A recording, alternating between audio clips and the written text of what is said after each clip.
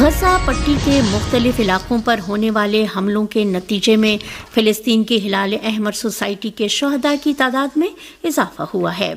فلسطین کے ہلال احمر سوسائٹی نے غزہ کے البریج کیمپ کے ایک گھر پر صہیونی فوج کی بمباری میں اپنے ایک اور کارکن کی شہادت کی خبر دی ہے۔ فلسطینی ہلال احمر کمیٹی کا کہنا ہے کہ اس کے شہداء کی تعداد 30 ہو گئی ہے، جن میں 17 افراد آن ڈیوٹی شہید ہوئے ہیں۔ اس رپورٹ میں کہا گیا ہے کہ صہیونی حکومت کی توپوں نے البریج اور المغازی کے مشرقی علاقوں پر سخت گولہ باری کی ہے۔ مرکزی اور مغربی رفح کے کچھ مکانوں پر صہیونی حکومت کی فضائیہ کی بمباری جاری ہے، جبکہ شہر رفح کے مغربی علاقے میں واقع رہائشی کمپلیکس تباہ ہو گئے ہیں۔ فلسطینی ذرائع نے شمال مغربی النصیرات اور شمالی غزہ کے جبالیہ کیمپ پر بھی حملوں کی خبر دی ہے۔ الجزیرہ ٹی وی نے بھی رپورٹ دی ہے کہ صہیونی حکومت کی توپوں نے شہر غزہ کے مشرق میں واقع الشجاعیہ علاقے پر گولہ باری کی ہے۔ شمالی شہر غزہ کے شیخ رضوان محلے میں ایک گھر پر ہونے والی بمباری میں بھی کئی فلسطینی شہید اور بعض زخمی ہوئے ہیں۔ حماس نے منگل کی شام ایک بیان جاری کر کے عالمی برادری سے صہیونی حکومت کے وحشیانہ جرائم رکوانے کے لیے سنجیدہ اقدام کا مطالبہ کیا ہے۔ حماس نے منگل کی شام رفح میں غاصب صہیونی حکومت کے وحشیانہ جرائم کے حوالے سے ایک بیان جاری کیا ہے۔ حماس نے اپنے بیان میں کہا ہے کہ غاصب صہیونی حکومت نے رفح میں فلسطینی مہاجرین کے خیموں پر بمباریوں کا سلسلہ جاری رکھ کر بین الاقوامی عدالت انصاف کے حکم کی کھلی خلاف ورزی کی ہے اور دنیا والوں کی قانونی اور اخلاقی ذمہ داری کو چیلنج کیا ہے۔ حماس نے اپنے بیان میں کہا ہے کہ عالمی برادری کو مظلوم فلسطینی عوام کے قتل عام اور بین الاقوامی قراردادوں نیز انسانی اقدار کی پامالی کا سلسلہ روکنے کے لیے فوری اقدام کرنا چاہیے۔ حماس نے کہا ہے کہ عالمی برادری سلامتی کونسل اور بین الاقوامی عدالت انصاف کو بین الاقوامی قوانین کی کھلی پامالی روکنے کے لیے ٹھوس فیصلہ اور فوری اقدام کرنا چاہیے۔ حماس نے یہ بیان ایسی حالت میں جاری کیا ہے کہ الاقصی نیوز ایجنسی نے شہر رفح کے مغرب میں واقع فلسطینی مہاجرین کے المواسی کیمپ پر صہیونی حکومت کے فضائی حملوں اور توپوں سے گولہ باری کی ہولناک فوٹیج جاری کی ہے۔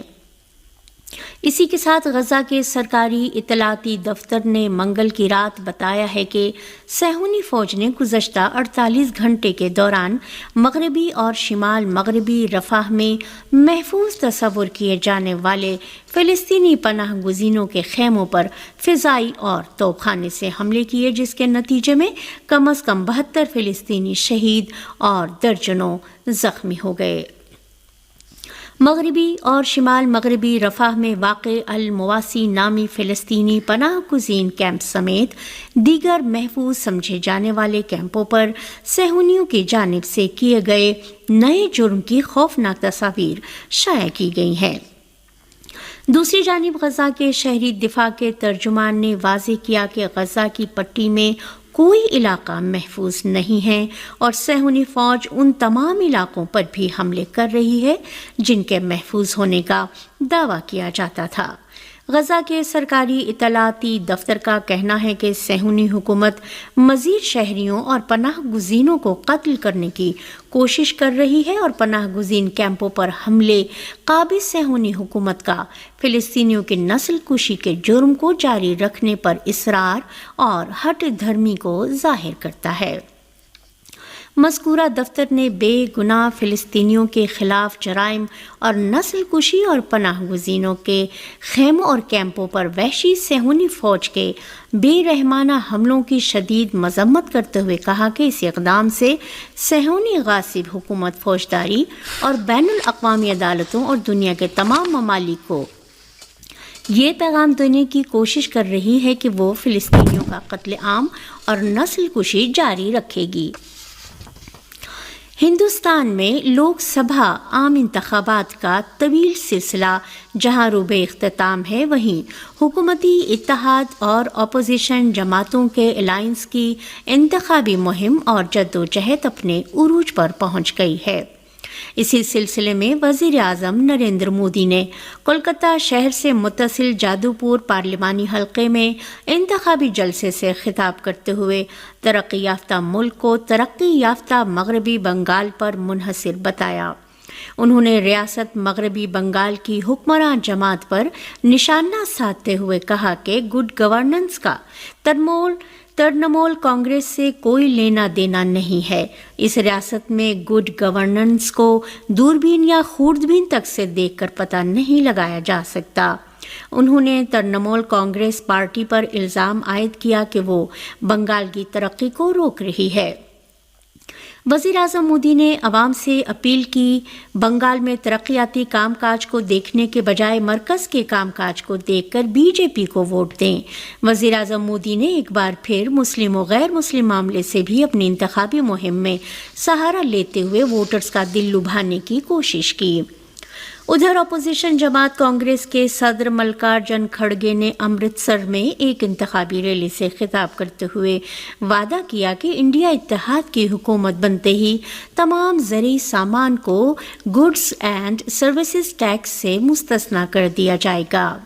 کانگریس کے صدر نے مزید کہا کہ اگر انڈیا اتحاد کی حکومت بنتی ہے تو 6 ضمانتیں دی جائیں گی، جس میں نوجوانوں کے لیے مستقل ملازمت، ہر غریب خاندان کی ایک خاتون کو 1 لاکھ روپے سالانہ، مزدوروں کی کم از کم یومیہ اجرت 400 روپے، کسانوں کو قانونی طور پر کم از کم قیمت MSP اور قرضے معاف کیے جائیں گے، جبکہ 10 کلو اناج مفت دیا جائے گا۔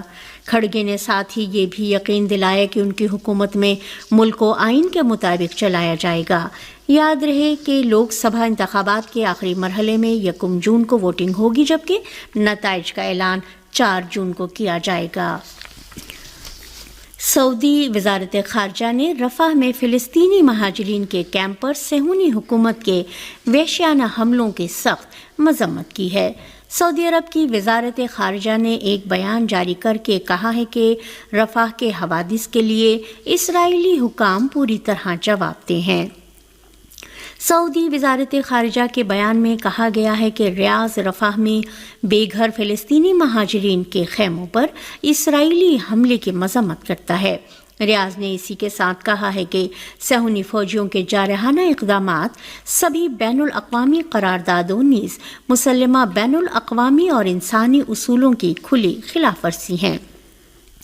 سعودی عرب کی وزارت خارجہ نے اپنے بیان میں کہا ہے کہ اسرائیلی فوج فلسطینی عوام کے خلاف یہ وحشیانہ جرائم بین الاقوامی سکوت کے سائے میں انجام دے رہی ہے۔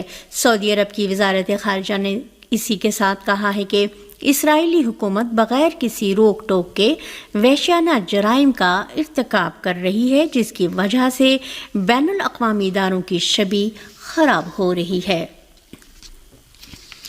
اور آخری خبر یہ کہ غاصب صہیونی حکومت رفح میں معاصر تاریخ کا بدترین المیہ رقم کر رہی ہے اور اس کی وحشیانہ جارحیت اور درندگی سے غزہ کا کوئی بھی علاقہ محفوظ نہیں بچا ہے۔ دوسری طرف مغربی حکام اس صورتحال پر منافقانہ تشویش کا اظہار تو کر رہے ہیں، مگر اپنی ہی پالی ناجائز حکومت کے خلاف کوئی عملی قدم اٹھانے کے لیے تیار نہیں ہیں۔ جرمن چانسلر اولاف شولز نے اعلان کیا ہے کہ غزہ کے پناہ گزین کیمپوں پر بمباری المناک ہے اور اس سلسلے میں تحقیقات کی ضرورت ہے۔